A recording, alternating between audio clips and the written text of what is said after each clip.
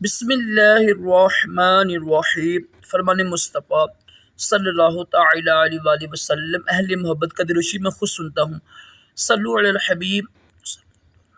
نماز کے حکام میں ہے کہ وضو کرتے وقت بسم اللہ شریف پڑھنا سنت عمر کے راشد عطاری خوابوں کی تعبیر لے کر پیش خدمت ہے، اور آپ دیکھ رہے ہیں شارٹ تعبیر۔ انشاءاللہ آج پھر ہم اذان کے متعلق کچھ تعبیریں سنیں گے۔ تو اذان دینا اچھی بات ہے ماشاءاللہ۔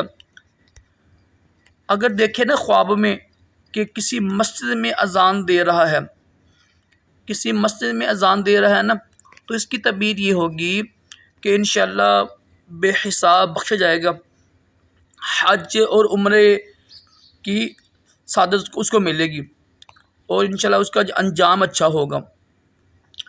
بڑی اچھی تعبیر ہے۔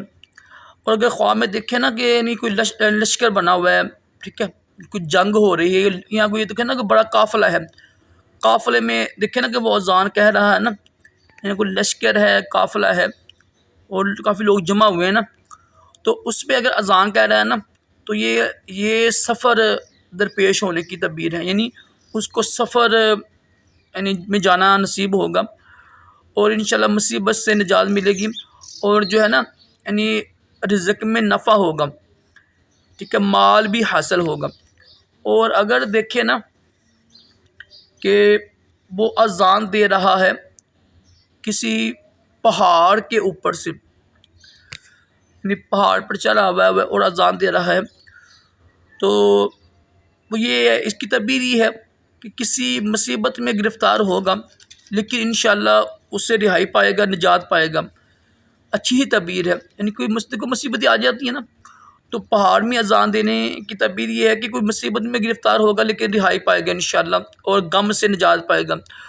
اور اگر دیکھیں نا کہ وہ کسی کی قید میں گرفتار ہے، یعنی کسی کی قید میں گرفتار ہے، خواب میں جیل میں قید ہے، یا کسی کی قید میں اور یعنی مبتلا ہو گیا، گرفتار ہے، تو قید میں اذان کہنا یہ کیسا ہے؟ قید میں اذان کہنے کی تعبیر یہ ہوتی ہے کہ انشاءاللہ قید سے رہائی ملے گی اس کو، اور غم اور پریشانی سے نجات ملے گی۔ یہ چند تعبیریں تھیں اذان کے حوالے سے، انشاءاللہ مزید تعبیریں لے کے آتا رہوں گا میں، تو لائک کریں، شیئر کریں، سبسکرائب کریں۔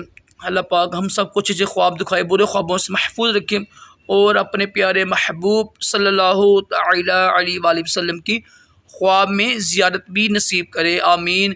صلو علی الحبیب صلی اللہ علیہ محمد۔